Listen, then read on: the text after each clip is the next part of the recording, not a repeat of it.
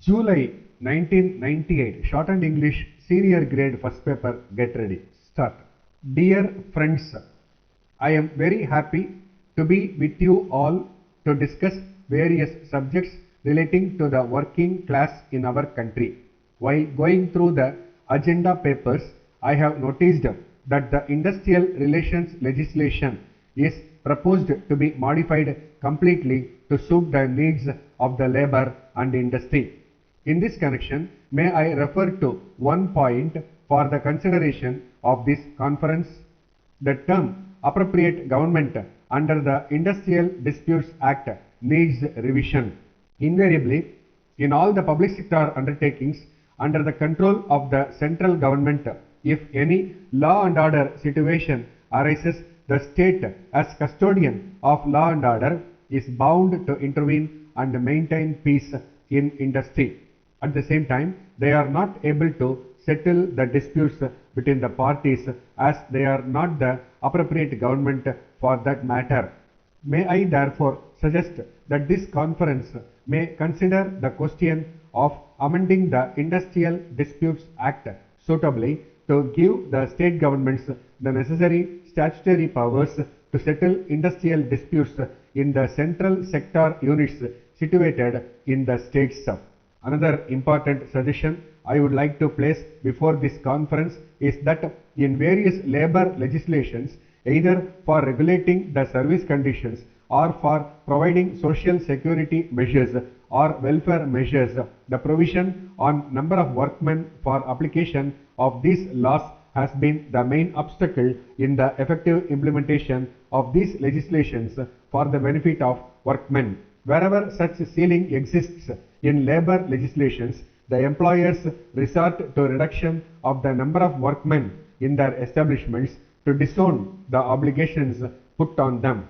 This has been considered by us, and we are of the opinion that the ceiling limit of workers in various beneficial labor legislations for their application should be removed so that the statutory benefits could be made available to all the workers in industrial establishments irrespective of the number of workers working in those establishments.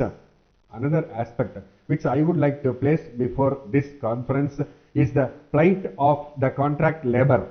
In this matter, I wish to be frank that the implementation of the legislation is far from satisfactory. I presume that the same situation prevails throughout India as the procedure for abolition of contract labor is rather complicated. The problem is that the Contract Labor Act does not provide for any relief to the workmen thrown out of employment by the abolition of contract labor. Our state government have moved an amendment to this legislation to provide that in the event of abolition of contract labor, the principal employers of such industrial establishments should be required to absorb the affected workers. In this legislation, the ceiling on the number of workmen for coverage is another check for its effective enforcement. Of late, it has become the practice of parties to dispute to take up cases before the High Court, questioning the orders of the government and the orders of the various authorities created under different labor laws. This, in turn, has resulted in accumulation of writ petitions before the High Courts. The High Courts in all the states have been overburdened with a number of writ petitions filed by the affected persons from different walks of life. This conference may perhaps consider recommending to the Government of India for the creation of special benches in the state high courts exclusively for dealing with the writ petitions arising out of the labor matters. This will benefit the employees in securing speedy justice. These progressive measures are essential for the benefit of the workers and the weaker sections of the society. Letter from the manager Chakrapani and Company, Kumbakonam, to the proprietor Krishna Traders, Chennai. Dear sir, I am in receipt of your orders for the supply of brass vessels to you for distribution to other local traders and for sales through your retail shop. The number of vessels ordered under each item is a very large quantity and we will try to supply them as desired by you before the end of next month. In this connection, I would like to inform you that the quality metal sheets are in short supply. Therefore, we are making arrangements to procure them from various sources to meet the seasonal demand and to keep the schedule of supply to our customers.